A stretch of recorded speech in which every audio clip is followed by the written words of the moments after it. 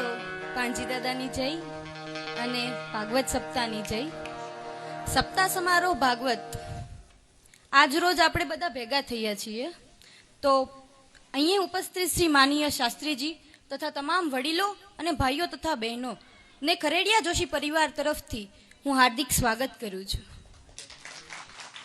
એક દીકરી છે ને, જ્યારે જન્મે ને અને જ્યાં મોટી થઈને સાસરીએ જાય ને ત્યાં સુધીની એ દીકરીની એક કથા છે.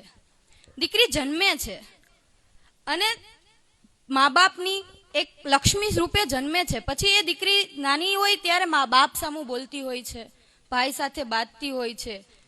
એ દીકરી પણ જ્યારે મોટી થાય છે ને ત્યારે તે ગંભીરતા ધારણ કરે છે. શાળામાં ભણતી હોય કે કોલેજમાં, કુમારિકા હોય કે કન્યા, દીકરી તો સદાય દીકરી જ હોય છે. મા બાપ માટે બાળપણમાં છૂટથી દીકરી ભલે ને પાણા પછાડતી હોય, બાપ સામું બોલતી હોય, ભાઈ હારે બાથો બાથ આવતી હોય, શેરીમાં છીપડા ઉડાડતી હોય, પણ જ્યારે તે યુવાન થાય ને ત્યારે તે ગંભીરતા ધારણ કરે છે.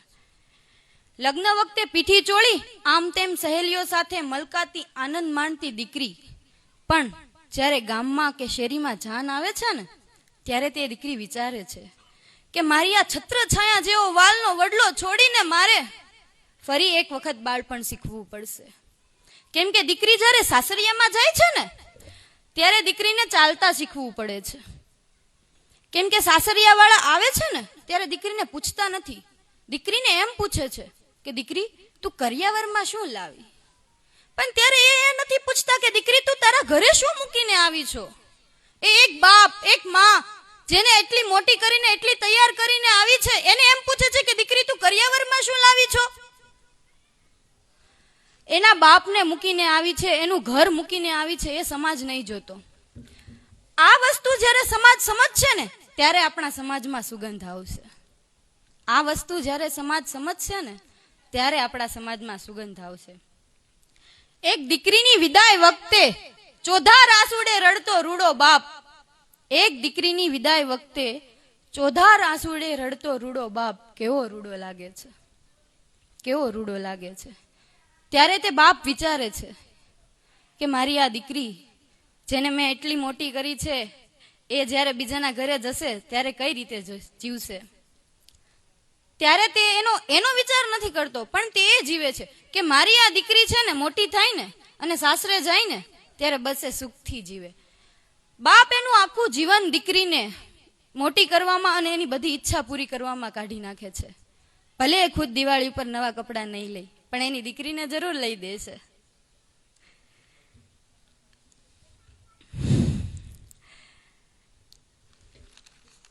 દીકરી માટે પિતાનો બોજ એક વેદ, કરુણા અને બોયબલ વાક્ય બની જાય છે.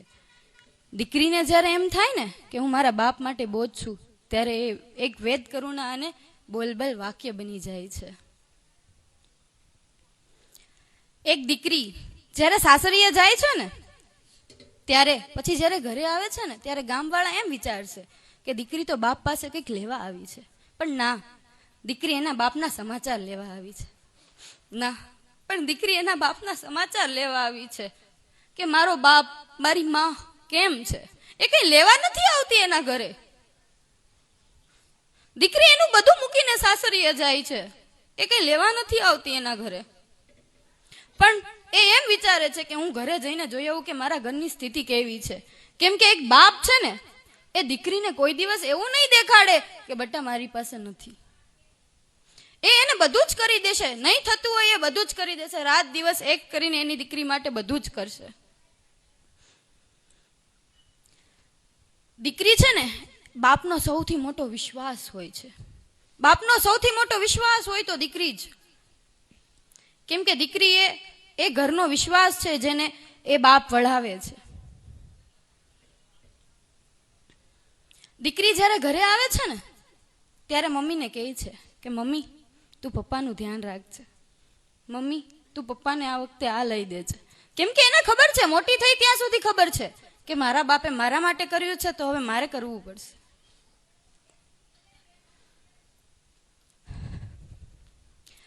જ્યારે એ આવે છે ઘરે ત્યારે એ પપ્પાને એમ કહે છે પપ્પા આ દિવાળી ઉપર તમે આ લઈ લેજો, મમ્મી તું પપ્પાને આ લઈ દેજે. બસ દીકરી પાસે આ જ હોય છે. દીકરી એક બાપ માટે આદર્શ વિશ્વાસ બની જાય છે. દીકરી વીરાને કહે છે, વીરા તું પપ્પાને સાચવજે, પપ્પાને આ લઈ દેજે. છેલ્લે ઈશ્વરની માટે જેના ઘરે દીકરી હશે ને એ એક ઈશ્વરની નજીક હશે. કેમ કે દીકરી લક્ષ્મીનો અવતાર છે એવું કહેવાય છે કે જે બાપ પાસે દીકરી છે ને એને કઈ દુઃખ નથી એમ. કેમ કે બાપ એવું વસ્તુ છે કે એની દીકરીને બધું જ આમ નિસ્વાર્થ કરીને બધું જ એની માટે કરી દેશે. દીકરી જ્યારે ઘરે આવે ને ત્યારે એના પપ્પાને ચમચી આમ દીકરીને એટલી દૂર ના મોકલતા કે જ્યારે એ ઘરે આવીને એના પપ્પાને ચમચી પાણી પણ ના પાઈ શકે. બધા જ મા બાપને મારી વિનંતી છે કે પોતાની દીકરીને એટલી દૂર ના મોકલતા કે શિયાળાની કાતિલ ઠંડી હોય, ચોમાસાની મેઘલી રાત હોય, પણ દીકરી ઘરે આવીને એના બાપને ચમચી પાણી ન પાઈ શકે. જ્યારે બાપ બીમાર હોય છે ને ત્યારે દીકરી ઘરે આવે છે. બાપ એમ રોતો હોય છે કે મારે મારી દીકરીનું મોં જોવું છે, મારે મારી દીકરીનું મોં જોવું છે. આ પિતા પુત્રીના પ્રેમાળના સંબંધને મારા લાખ લાખ વંદન. આ પિતા પુત્રીના પ્રેમાળ સંબંધને મારા લાખ લાખ વંદન. છેલ્લે મારી વાણીને વિરામ આપતા તો બસ એટલું જ કહીશ કે દીકરો છે ને એ મા બાપને સ્વર્ગમાં લઈ જાય છે. દીકરો છે એ મા બાપને સ્વર્ગમાં લઈ જાય છે, પણ દીકરી છે ને એ સ્વર્ગને ઘરે લઈ આવે ને એનું નામ દીકરી સાહેબ. સ્વર્ગને ઘરે લઈ આવે એનું નામ દીકરી સાહેબ. અસ્તુ. જય હિન્દ, જય ભાણજી દાદા, ભાગવત સપ્તાહ જય.